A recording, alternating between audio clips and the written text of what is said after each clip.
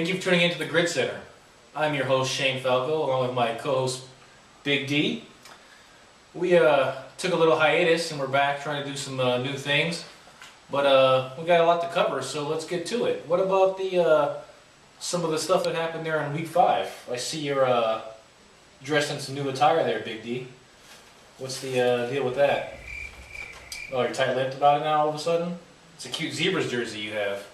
Wonder if that had anything to do with the fact that you talked about them getting smashed up by body count, and then you guys go in there and lose. Maybe? Yes? No? I don't know. We have another presentation here of EA Sports Masters Edition of Tiger Woods PGA Tour 12. Do you know what that's about, Big D? No comment on that either? No? Pretty good? You alright? Okay, moving on. I just understand you may have some lessons you need to take or something. Disco said he might be able to help you out on that. Well, in the some of the week 5 games, we had TMT versus LNG. Very important game for those two teams. And LNG manages to step up and take the next step, as they are now currently the #1 seed in the SEC. Good job? You're happy with that? Alright. It was a hotly contested affair, to say the least, but in the end they came to and played, and LNG pulled it out. Well, let's go to the DX Force game. I think you had some comments about the DX Force game. Nothing to share? Nothing at all, huh? Okay. Well, DX handled the Force quite well in a game that didn't really live up to all the forum hype, but needless to say, it was entertaining for one and not so much for the other. Nothing to say? No? Alright. Well, moving on, in the Big Ten, we had Second and None versus Lockdown. We had a couple of undefeated teams going at it. And I know you had some comments or criticisms about Second and None's play, including one Rambo Obama. How did that turn out for that week? Nothing? Okay. Well, Second and None did shut out Lockdown in that game, and a good affair, and there's a pretty good video of that online. Check it out at lvgridiron.com, and we have it up on our YouTube channel at LV Gridiron Films. So, in the Mountain West, we had a showdown between GBA and the Razorbacks, one in which the GBA's quarterback was not able to make the game, and it was a big test for the Razorbacks to be able to see if they could beat them without their starting QB, and they lost by 2 touchdowns. So I think it's fair to say that they may not be contenders in the Mountain West Conference. What do you think? You want anything to add to that? No? Afraid your mouth might get you into trouble again? Yeah, understandable.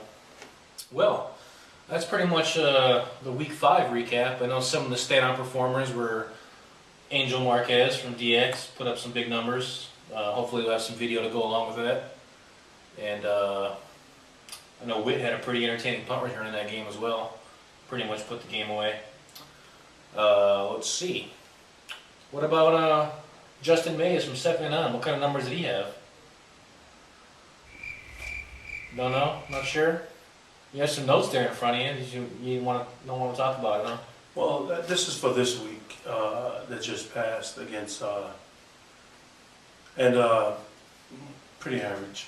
I mean, 12 of 15, 261 yards, 4 touchdowns. He also rushed for 45 yards and 1 touchdown. Not impressive though, huh? No, I understand. All right, well, when we get to week 6, I guess we can figure that one out. Pretty much. Hey, I would actually give the game ball to Randall because he scored the majority of the touchdowns. It's little short dump passes. It's not like he was bombing the ball all over the place. It was Randall doing out, and he did all the work. Wow. Yeah. Okay. Fair enough. So, Randall, good job. All right. Well then, we'll pretty much wrap up week 5 with that. We're going to move on to week 6. Talk about the games of the week that we're going to have for this week. Some of the playoff implication matchups, if you will. Mm-hmm. Well, I know in the SEC, I think it's pretty hands down. It's going to be DX versus TMT. Yes. What do you think about that? I'm not going to blow it up like I did the Sick-Witted game. Not at all. But it's a good game. TMT really needs this game right now. These guys, got to come out here and play every week. That is, and DX seems for real, but we'll see you at the end of the game. it's definitely a big benchmark for both of these teams. I mean, TMT, when the last time you ever seen them at 3-3 at this point in the season? It's been a while. Been a while. Yeah. Well, all right then. In the Big 12, I mean, unfortunately, we had a little controversial filming with the Empire team, and they're going to be featured again versus Wasted Talent. But I think with it being Casey's last game before he leaves town, I think we got to give him a little love. And also, this game could very well determine who gets that 4th seed in the Big 12, because the top 3 are pretty much locked up.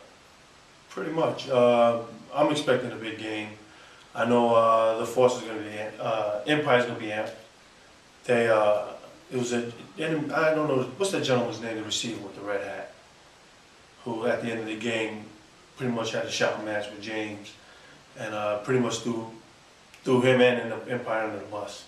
So these guys, you know, James is going to come out here. You think he got a game plan? I think he's going to let Josh do his thing and see what happens. We'll see. Definitely going to be an interesting matchup. We'll see if Big O makes any more stops at a tattoo parlor this week before the game. All right, well, moving on to the Big Ten, in what may not be a sexy matchup, but definitely one that is very important for playoff-wise. I think the other guys versus the Mad Dogs is the key matchup there. I mean, we do have second to none going up to face RC Vegas in the SEC, but second to none's got the Big Ten all but locked up for the playoffs. Yeah.